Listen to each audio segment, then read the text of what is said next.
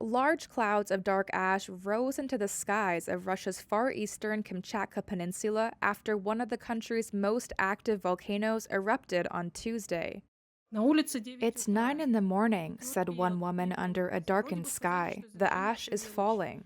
The Shiveluch volcano erupted just after midnight and reached its peak about 6 hours later.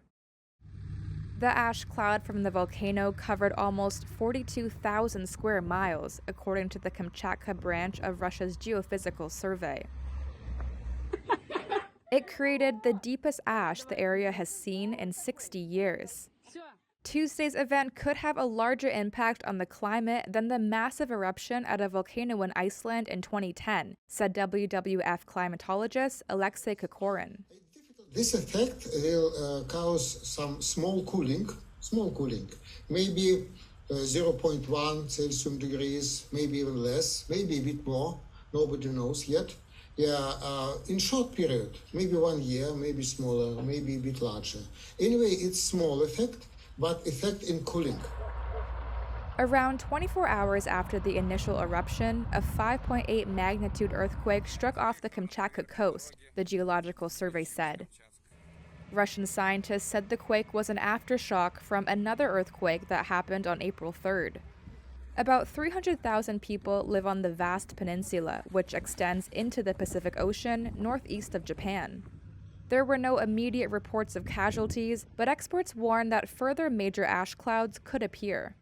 The Kamchatka Volcanic Eruption Response Team also issued a red notice for aviation and cautioned that ongoing volcanic activity could affect international and low-flying aircrafts.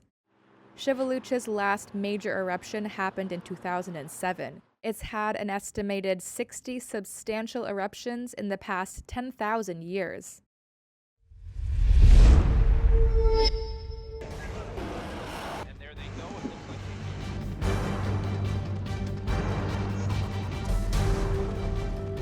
The US and Russia are dangerously close to an armed conflict.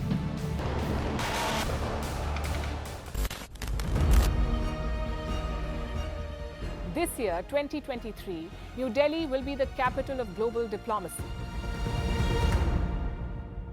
For a country as diverse as ours, with 88% of the population illiterate, it was a very big deal to write a constitution, and that too, the world's largest. Meanwhile, if we may, here's a Republic Day gift from India for the BBC. A list of suggestions for the BBC for their upcoming documentaries. Number 1, the Kohinoor and the colonial loot.